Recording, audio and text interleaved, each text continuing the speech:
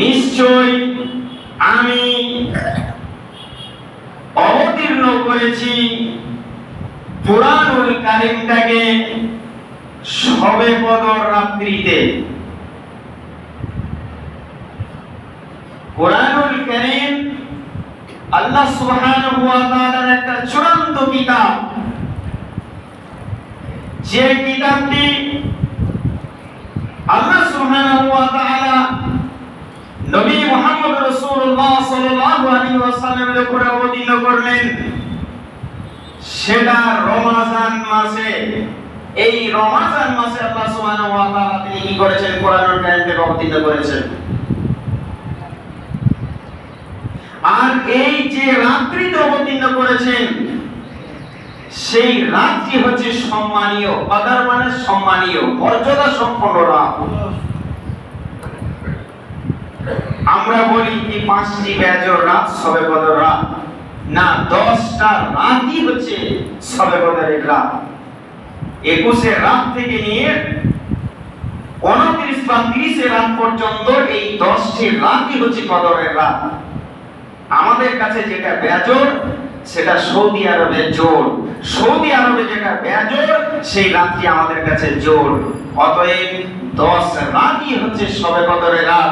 আল্লাহ রাসূল সাল্লাল্লাহু আলাইহি ওয়াসাল্লাম তিনি শবে কদরের 10 রাতই তিনি জাগরণ করতেন। আল্লাহ সুবহানাহু ওয়া তাআলা বলেছেন, ইন্না আনজালনাহু ফি লাইলাতিল কদর। আল্লাহ রাব্বুল আলামিন সূরা কদরের মধ্যে তিনি বলে দিয়েছেন, নিশ্চয় আমি কুরআনুল কারীমটাকে অবতীর্ণ করেছি এই পবিত্র রমজান মাসে। রমজান মাসে যে কোনো দিন নয়, আমি কদরের রাত্রিতে, সম্মানের রাত্রিতে, মর্যাদার রাত্রিতে, এই সম্মানীয় রাত্রিতে আমি কুরআনুল কারীমকে অবতীর্ণ করেছি। তাহলে কোরআনটাকে কিন্তু যে কোনো দিন আল্লাহ অবতীর্ণ করেননি। যখন শুরু হয়েছে সম্মানের রাত দিয়ে শুরু হয়েছে, আর সেই সম্মানের রাত হচ্ছে এই রমজান মাস, এই রমজান মাস। আল্লাহর নবী সাল্লাল্লাহু আলাইহি ওয়াসাল্লামকে আল্লাহ পাক বলেন, ওয়ামা আদরাকা মা লাইলাতুল কদর। আল্লাহ পাক বলেন, এ নবী মুহাম্মদ, তুমি কি জানো ওই সম্মানের রাতটা কি?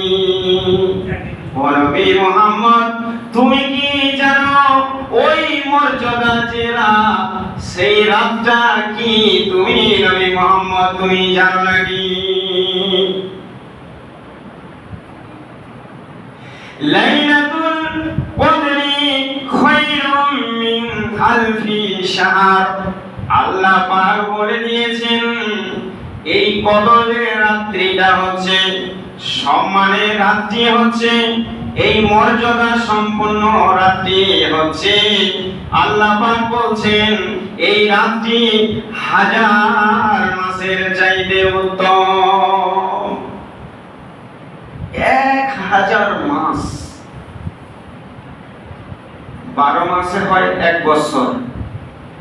তাহলে 1000 মাসকে যদি হিসাব করে দেখা যায় বছরে কতটা আসবে, ক্যালকুলেটরে যদি হিসাব করা যায়, তাহলে হিসাবে আসবে আপনার ওই 83 থেকে 84 বছর। 83 থেকে 84 বছর যে ইবাদতের যে মর্যাদা, সেই মর্যাদাটা আল্লাহ পাক ওই শবে কদর রাত্রির মধ্যে রেখে দিয়েছেন তার ইবাদতের মধ্যে। এই জন্য আল্লাহ পাক নবী মুহাম্মদুর রাসূলুল্লাহ সাল্লাল্লাহু আলাইহি সাল্লামকে বলছেন, ও নবী মুহাম্মদ, তুমি কি জানো শবে কদর রাত্রিটা কি? শবে কদর রাত হলো খায়রুম মিন আলফি শাহর, এই রাতটি হলো হাজার মাসের চাইতে অধিক উত্তম। 1000 মাস ইবাদত করে যা হবে, এই 5টি রাত্রি বেজর রাত্রি বা এই 10টি রাত্রিতে, এই বেজর রাতগুলিতে ইবাদত করলে আল্লাহ পাক যদি ইবাদতটা কবুল করে নেয় তাহলে অতটা নিয়ে এই রাতে কি হয়? আল্লাহ রাব্বুল আলামিন তিনি ঘোষণা করে দিয়েছেন, তানাসালুল মালাইকাতু ওয়ার রূহ, এই কদরের রাতে, এই সম্মানের রাতে, এই মর্যাদার রাতে আল্লাহ পাক আকাশে যত ফেরেশতা আছে, যত রহমতের ফেরেশতা আছে, দয়ার ফেরেশতা যত আকাশ মণ্ডলীতে আছে, আল্লাহ পাক সমস্ত ফেরেশতা মণ্ডলীকে ওই কাবা শরীফে সৌদি আরবে কাবার ছাদের ওখানে অবতীর্ণ করে দেয়। যত আসমানের রহমতের ফেরেশতা আছে সমস্ত ফেরেশতা, কাবা শরীফটা হচ্ছে পৃথিবীর মধ্যস্থল। পৃথিবীর যারা বিজ্ঞানী, যারা ম্যাপ এঁকেছে, পৃথিবীটা হচ্ছে বতুলাকার, গোলাকার নয়। ভূগোলে পড়ানো হয়েছে গোলাকার, পৃথিবীটা হচ্ছে বতুলাকার, কমলা লেবু, দেখবেন উপরটা একটু ডাউন, নিচেটা একটু ডাউন, পৃথিবীটা এরকম কিন্তু। যার জন্য আমাদের এখন এই জহর হচ্ছে, অস্ট্রেলিয়াতে দেখুন এখন ইফতার হচ্ছে, আবার আমেরিকাতে এখন রাত 12টা বাজছে। বতুলাকার মানে আমরা যেখানে আছি ওরা তো আরো নিচে ডাউনে আছে, আবার অস্ট্রেলিয়াতে আরো নিচে আছে, ওদের সূর্য উঠে ডুবার লাইন, আর আমাদের মিডিয়াম। আমেরিকাতে এখন রাত, ওরা কেউ সাহারি খাবে এখন। আল্লাহ সুবহানাহু ওয়া তাআলা তিনি বলে দিয়েছেন, এই রাতটি মর্যাদা হলো তানাসালুল মালাইকাতু ওয়ার রূহ, এই রাত্রিতে আল্লাহ পাক আসমানের সমস্ত ফেরেশতাগুলিকে কাবার শরীফের ওখানে নিয়ে ফিরে দেন। মানে কাবার ওখানে নিচে তারা নেমে আসে, নেমে আসার পরে সারা পৃথিবীতে এই রহমতের ফেরেশতাগুলো বিচরণ করে। আর সেই ফেরেশতাদের নেতাকে ওয়ার রূহ, অর্থাৎ হযরতে জিবরাইল আলাইহিস সালামের নেতৃত্বে সমস্ত ফেরেশতা পৃথিবীর চতুর্দিকে বিচরণ করে। কাবা শরীফে, কাবা যেখানে আল্লাহ পাক নির্ণয় করেছেন পৃথিবীর মধ্যস্থল হচ্ছে কাবা, ও পৃথিবীর শেষ প্রান্তে যদি ম্যাপে ধরা যায় তো ওই কাবাতেই থাকবে মিডিল, আবার পশ্চিমে যদি ম্যাপে ধরা যায় তো কাবাটা ওই কাবার মিডিলেই আছে। উত্তর, দক্ষিণ, পূর্ব, পশ্চিম যে দিকে ধরবেন কাবাটা ওই পৃথিবীর মধ্যস্থলেই আছে। এটা বিজ্ঞানীরা বলছে, আমার কথা বলছি না, যারা ম্যাপ তৈরি করেছে পৃথিবীর। আল্লাহ রাব্বুল আলামিন তিনি বলে দিয়েছেন, তানাসালুল মালাইকাতু ওয়ার রূহ, সমস্ত ফেরেশতা সেখানে নামে, আর জিবরাইল আলাইহিস সালাতু ওয়াস সালাম তাদের নেতৃত্ব নেন, তিনি সরদার হয়ে আছে। আসার পরে সারা পৃথিবী বিচরণ করেন, ও দীঘা গ্রামেও যাবে, ও আপনার বারাসাতেও যাবে, কলকাতাও যাবে, Delhi, Bombay, America, London, Japan, Palestine, সৌদি আরব, অস্ট্রেলিয়া, নিউজিল্যান্ড, এক কথায় সারা পৃথিবীতে অলিতে গলিতে ফেরেশতারা বিচরণ করে। কি করে কি দেখে? ফেরেশতারা এসে দেখে যে এই রাত্রিতে আল্লাহর উপাসনা কারা করছে, এই রাতটা কারা জাগরণ করছে আল্লাহর ইবাদতে, কে নামাজ পড়ছে, কে নফল নামাজ, কেউ তাহাজ্জুদ আদায় করছে, কেউ কোরআন তেলাওয়াত করছে, কেউ তাসবিহ করছে, কেউ আল্লাহর জিকির করছে, কেউ আল্লাহর কাছে ক্ষমা চাচ্ছে।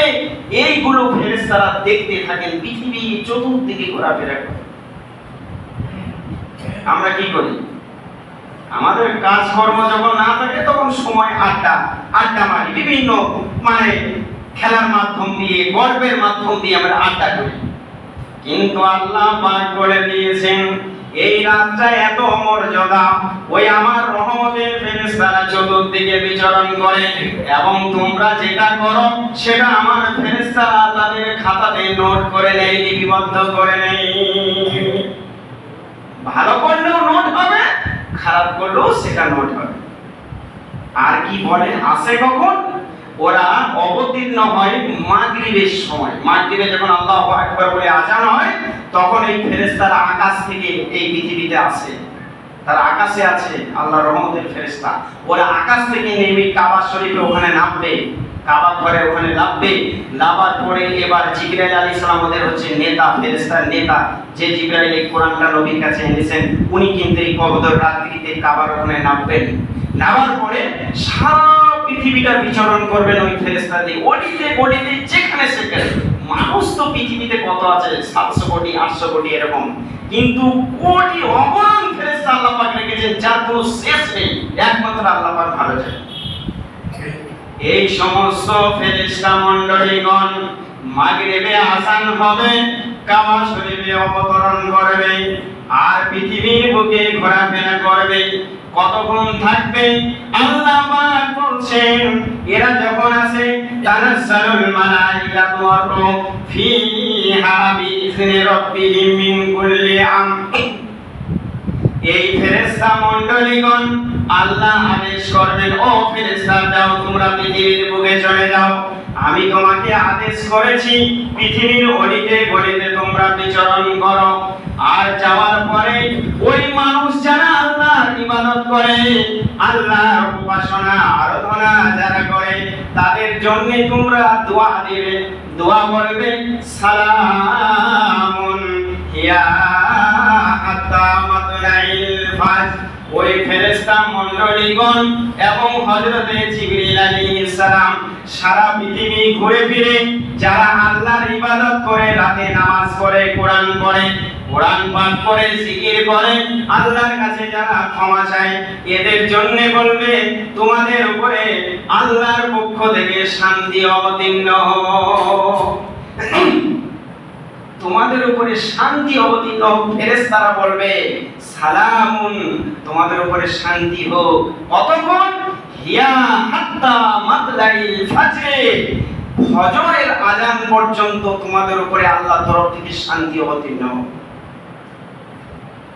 তাহলে এই যে রাত, বেজর রাত, শবে কদর যে রাত, এই রাতগুলি হচ্ছে খুব গুরুত্বপূর্ণ একটা রাত, যে রাতগুলিতে যদি 2 রাকাত নামাজও যদি আদায় করেন, নিজে নফল পড়লেন, রাতের নামাজটা নফল নামাজ, কিয়ামুল লাইল মানে রাতের নামাজ, নিজে খালেস অন্তর নিয়ে ওযু করে 2 রাকাত নামাজ, সারা রাত জাগতে হতো না। রাত্রিতে উঠে 2 রাকাত 4 রাকাত যে যতটা পড়তে পারে, 10 রাকাতও পড়তে পারে, 20 রাকাতও পড়তে পারে, একটুকু উঠে আল্লাহর কাছে একটু ক্ষমা চাইলেন যে আল্লাহ জীবনে যা করেছি তুমি ক্ষমা করে দিও, আল্লাহ যতটুকু ইবাদত করতে পেরেছি এইটুকু তুমি কবুল করে নিও, আল্লাহ আমি রমজান মাসে যতটুকু রোজা রাখতে পেরেছি, রোজার মধ্যে হয়তো অনেক মিথ্যা কথা হয়েছে, অনেক ভুল ভ্রান্তি হয়ে গেছে, আল্লাহ তুমি ক্ষমা করে দিও, আল্লাহ তুমি জান্নাতুল ফিরদাউস আমাদের ঠিকানা করে দিও। এইরকম ভাবে আল্লাহ সুবহানাহু ওয়া তাআলার কাছে চাইতে হবে, ক্ষমা চাইতে হবে এবং জান্নাত আশা করতে হবে। এটা কোরআনের মর্যাদা বললাম। এই শবে কদর রাত্রিতে আল্লাহ পাক এটাকে অবতীর্ণ করেছে। এবার ফিতরা আসুন, ফিতরাটা কি? হযরতে ওমর রাদিয়াল্লাহু তাআলা আনহু তিনি হাদিস বর্ণনা করেছেন, ওয়ান ইবনে উমর রাদিয়াল্লাহু আনহুমা قال ফারাজা রাসূলুল্লাহ সাল্লাল্লাহু আলাইহি ওয়াসাল্লাম। হযরতে আব্দুল্লাহ ইবনে উমর মানে উমর এবং উমরের ছেলে দুইজন বাপ বেটা দুইজন হাদিস বর্ণনা করেছেন। তিনারা বলছেন রাসূলুল্লাহ সাল্লাল্লাহু আলাইহি ওয়াসাল্লাম তিনি বলেছেন, ফারাজা রাসূলুল্লাহ সাল্লাল্লাহু আলাইহি ওয়াসাল্লাম যাকাতুল ফিতর। হযরত উমর আর তার ছেলে আব্দুল্লাহ এই দুইজন হাদিসটা বর্ণনা করছেন। তিনারা বলছেন যে আল্লাহ রাসূল সাল্লাল্লাহু আলাইহি ওয়াসাল্লাম তিনি বলেছেন। আল্লাহ রাসূল কি বলেছেন? আল্লাহ রাসূল সাল্লাল্লাহু আলাইহি ওয়াসাল্লাম তিনি বলেছেন যাকাতুল ফিতর এই যাকাতুল ফিতরাটাকে অর্থাৎ ফিতরা আদায় করাটা আল্লাহ রাসূল ফরজ করেছেন। আমরা যে ফিতরা দিচ্ছি এই রমজান মাসে, এই ফিতরাটা আল্লাহর নবী ফরজ করেছেন, নফল সুন্নাত না। এই নামাজ যেমন ফরজ, ওই ফিতরাটা দেওয়া ফরজ। কে বলেছেন?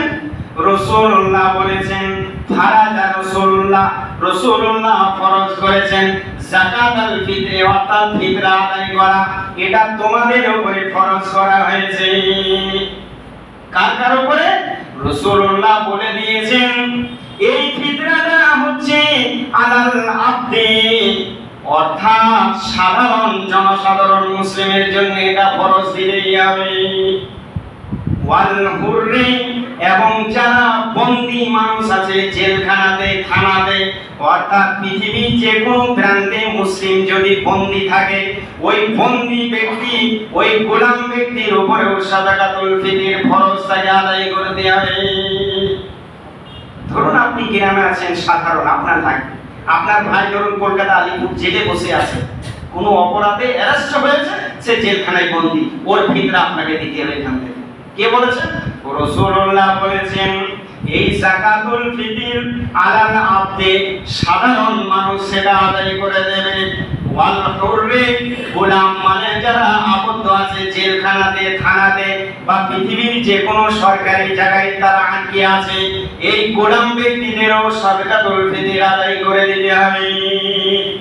ওয়াজ যাকারি ওয়াল উনসা, পুরুষ মানুষেরও আদায় করতে হবে, নারীদের আদায় করে দিতে হবে।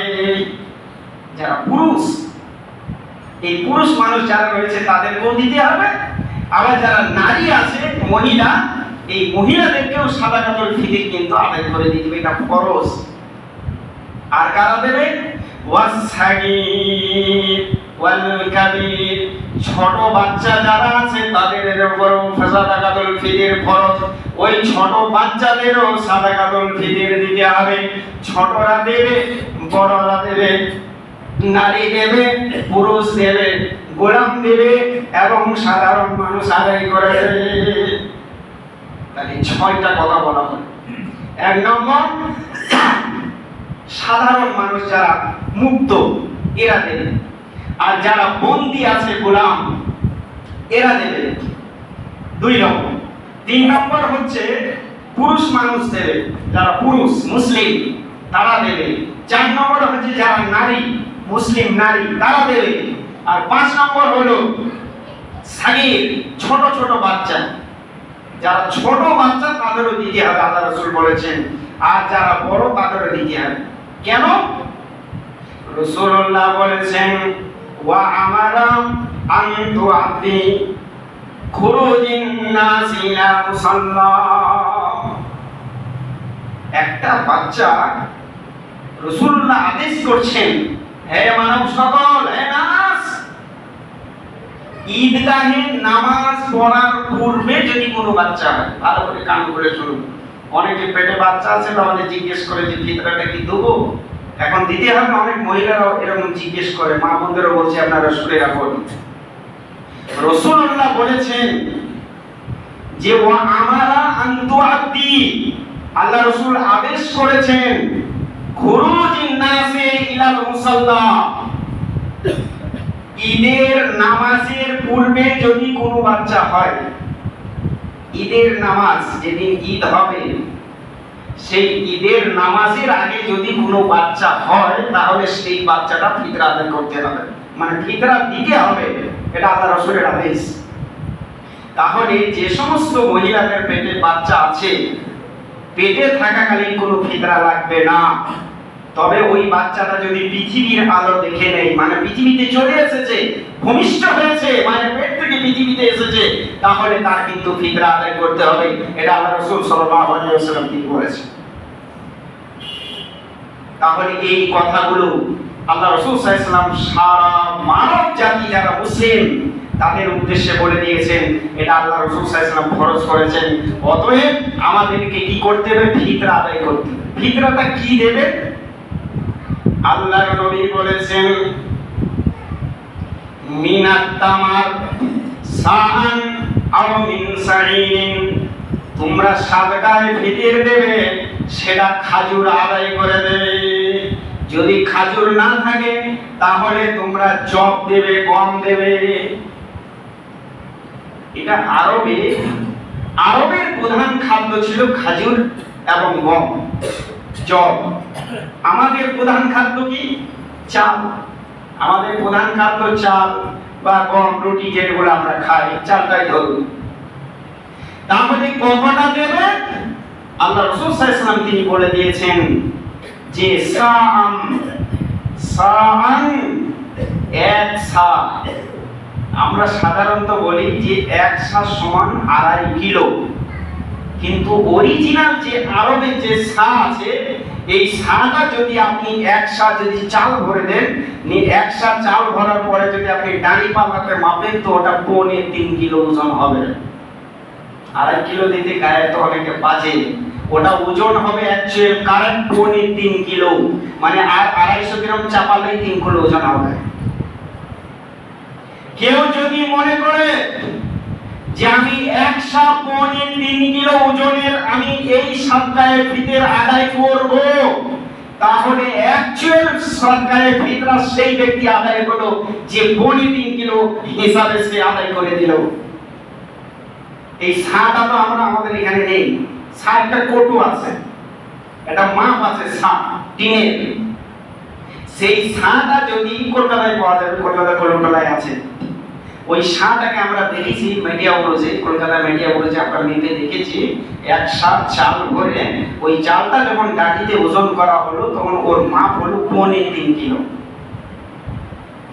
তাহলে আপনি বলুন যে অরিজিনাল অ্যাকচুয়াল যদি আপনি এক সা আদায় করতে চান, তাহলে আপনাকে 3.5 কিলো হিসেবে আপনাকে দিতে হবে। আমি নতুন কিছু বলছি না, এই পৃথিবীর যত আলেম ওলামা আছে সবাইকে জিজ্ঞেস করবেন যে এক সার পূর্ণাঙ্গ মাপ হচ্ছে 3.5 কিলো, সব আলেমই বলবেন। তাহলে আমাদেরকে এই সাদাকাতুল ফিতর আমাদেরকে আদায় করে দিতে হবে, এটা ফরজ। আমরা রোজার মধ্যে কত ভুল বলি, কত মিথ্যা কথা হয়ে যায়, কত মানে ইচ্ছা নেই কিন্তু অনিচ্ছায় অনেক ভুল ভাল আমাদের হয়ে যায়। সেই ভুল ত্রুটিগুলোকে ক্ষমা করার জন্য, শুধরে দেওয়ার জন্য এই হচ্ছে সাদাকাতুল ফিতর, এটা আদায় করতে হবে। এটা ফরজ, নফল সুন্নাত নয়, এটা ফরজ। আপনাকে দিতেও হবে। যে ফিতরা খায়, একটা গরিব মানুষ যে ভিক্ষা করে, সেই ভিক্ষুকেরও ফিতরা দিতে হবে। যে এক সা দেবে, এই এক সা ফিতরা যে আদায় করবে, সেই এক সা ফিতরা যে ভক্ষণ করে যে নেয়, ওই ব্যক্তিরও ফিতরা দিতে হবে। সে 8 কেজি 15 কিলো দিয়ে সে 15 কিলো নিতে পারে, কিন্তু আদায় তাকে করতেই হবে এক সা। আদায় ছাড়া সেটা তার ওই রোজা, তার ওই ইবাদত, সেটা কি হবে? সম্পূর্ণ সাকসেসফুল হবে না। কারণ ত্রুটি মুক্ত করতে গেলে এই সাদাকাতুল ফিতর কিন্তু তাকে আদায় করে দিতে হবে। অতএব এই পবিত্র রমজান মাস, এই মাসে আমাদেরকে আল্লাহ সুবহানাহু ওয়া তাআলার কাছে বেশি বেশি করে ক্ষমা চাইতে হবে যে আল্লাহ তুমি আমাদের গুনাহগুলিকে ক্ষমা করে দিও। আল্লাহ আমরা কত ভুল করেছি, শয়তানের চক্রান্তে, শয়তানের ওয়াসওয়াসায় আমরা কেউ বুকে হাত দিয়ে বলতে পারবো যে আমার পাপ নেই? সকলের পাপ আছে, সকল মানুষের পাপ আছে। শুধু একটি মানুষের পাপ ছিল না, নবী রাসূলদের ছিল না, বিশ্বনবী মুহাম্মদ রাসূলুল্লাহ সাল্লাল্লাহু আলাইহি ওয়াসাল্লামের কোনো পাপ ছিল না। আল্লাহ পাক বলে দিয়েছেন মা তাকাদ্দামা ওয়া মা তাআখারা, হযরত নবী মুহাম্মদ সাল্লাল্লাহু আলাইহি ওয়াসাল্লাম আগে পেছনের গুনাহ যা আছে ছোটখাটো সব মাফ করে দিয়েছে আল্লাহ পাক। কিন্তু আমরা কি? আমরা মানুষ, আমাদের কাছে ইবলিস আছে। ইবলিস রোজার মাসেও কি করে? মানুষকে চক্রান্ত করে। বলে ইবলিস তো বাঁধা আছে। হ্যাঁ, ইবলিস বাঁধা আছে, কিন্তু ইবলিসের কিছু কাজকর্ম সেগুলো কিন্তু মানুষের মগজে ভরে দিয়েছে। ও সিরায় সিরায় রক্তের সাথে ও ঘোরাফেরা করে। আল্লাহ পাক কোরআনে বলেছেন যে ইবলিস আমার কাছে পারমিশন নিয়েছে, মানুষের রক্ত যেখানে পাস হয় ওই সিরাতের রক্ত যাওয়ার আগে ইবলিস যায়। ওই জন্য যখন নামাজে দাঁড়াবেন দেখবেন মন পড়ে থাকে বাজারে, নামাজে দাঁড়াবেন মন পড়ে আছে মাঠের দিকে, নামাজে দাঁড়িয়ে আছেন মন পড়ে আছে ব্যবসার দিকে, নামাজে দাঁড়িয়ে আছেন মন পড়ে আছে ও বিভিন্ন কাজ করবে, মন চলে গেছে, মন এখানে নেই। নামাজে যে আল্লাহু আকবার বলে দাঁড়িয়েছেন, মন এখানে নেই, আপনি দাঁড়িয়ে আছেন মসজিদে আর মন আছে বারাসাত বাজারে।